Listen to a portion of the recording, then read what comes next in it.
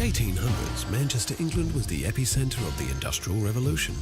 Manchester's story is often shrouded in the smog and soot of Charles Dickens' novels, but this is a city with a glorious past and perhaps an even greater future.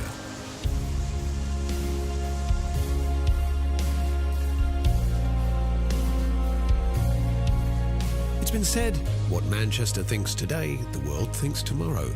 Manchester is a city of firsts.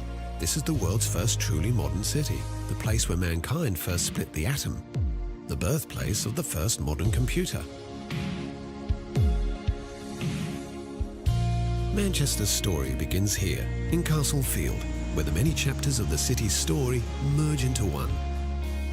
Explore the remains of the Roman fort, built to guard an ancient river crossing. Wander the banks of the Bridgewater Canal, whose completion in 1761 is regarded as the beginning of the Industrial Revolution.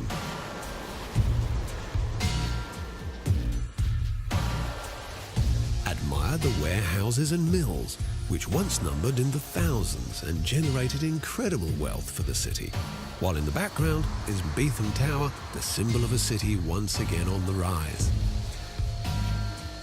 As the city's fortune swelled in the 19th century, so did its civic pride. Manchester's elites saw the city as the new Venice and commissioned grand buildings and monuments, taking architectural inspiration from across the ages.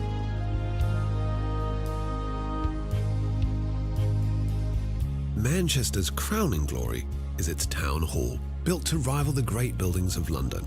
Admire the incredible Victorian Gothic exterior, lavish staterooms, and murals which celebrate the city's history. This is a building that proclaimed, "This is Manchester, and we've arrived."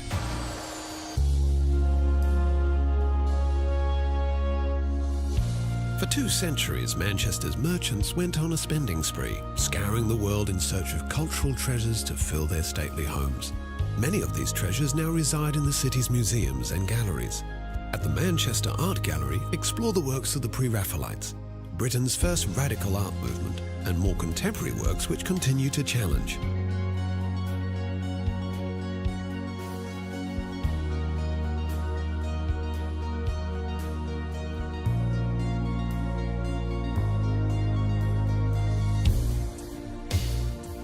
At the Manchester Museum, step into a Gothic revival time capsule housing millions of items from a T-Rex skeleton called Stan to one of the UK's most important Egyptology collections.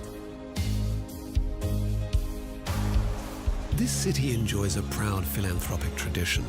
Perhaps the city's greatest was Enriqueta Rylands, whose gift to the city was the John Rylands Library. Dedicated to Manchester's largest textile magnate in the 10 years it took to create the neo-Gothic masterpiece, the widow acquired 40,000 books and oversaw every last detail, a labour of love for her late husband and the people of Manchester. Manchester has long understood the power of knowledge. In 1653, the Chetham Library became the country's first free public library and has been open to all ever since.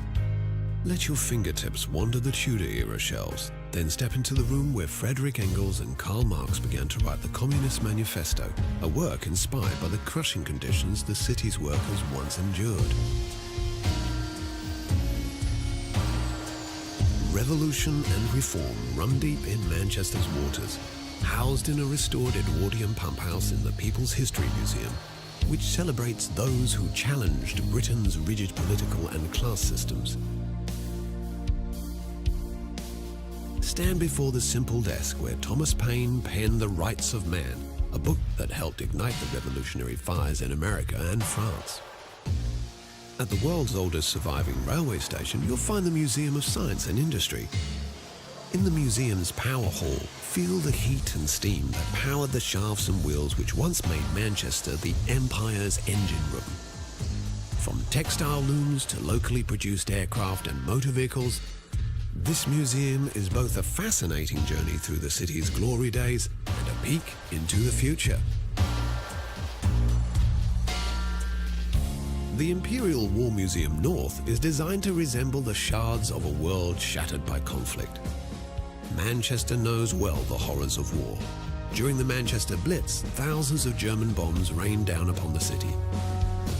In typical Mancunian fashion, this museum strips away the pomp and glory of war and reminds us instead of its human cost. After the 1950s, Manchester's fortunes went into a serious decline and the city was all but written off as a post-industrial basket case. But in recent decades, the city began to awaken once more, largely thanks to its youthful creativity. A succession of bands like Joy Division, The Smiths, The Stone Roses and Oasis shook up the foundations of popular music and put Manchester back on the map. Explore the city's incredible musical heritage in areas like the Northern Quarter and pick up some rare vinyl along the way. Then head to The Village, around Canal Street, which perfectly encapsulates the Mancunian ideals of tolerance, self-expression and good times. But if there is one source of pride that truly unites this city, it's its two football clubs, Manchester City and Manchester United. In 1968, Manchester United became the first English club to become European champions. Today, the club enjoys a global fan base in the millions. Learn more at the National Football Museum in the city centre, or better still, time your visit for a match at Old Trafford, Manchester's Theatre of Dreams, since 1910. Manchester may no longer be England's industrial powerhouse, but it's a city that's never stopped dreaming. Right across the city, daring new projects, innovations and ideas continue to capture the world's attention. In this city of firsts, the only question is, what will Manchester do next?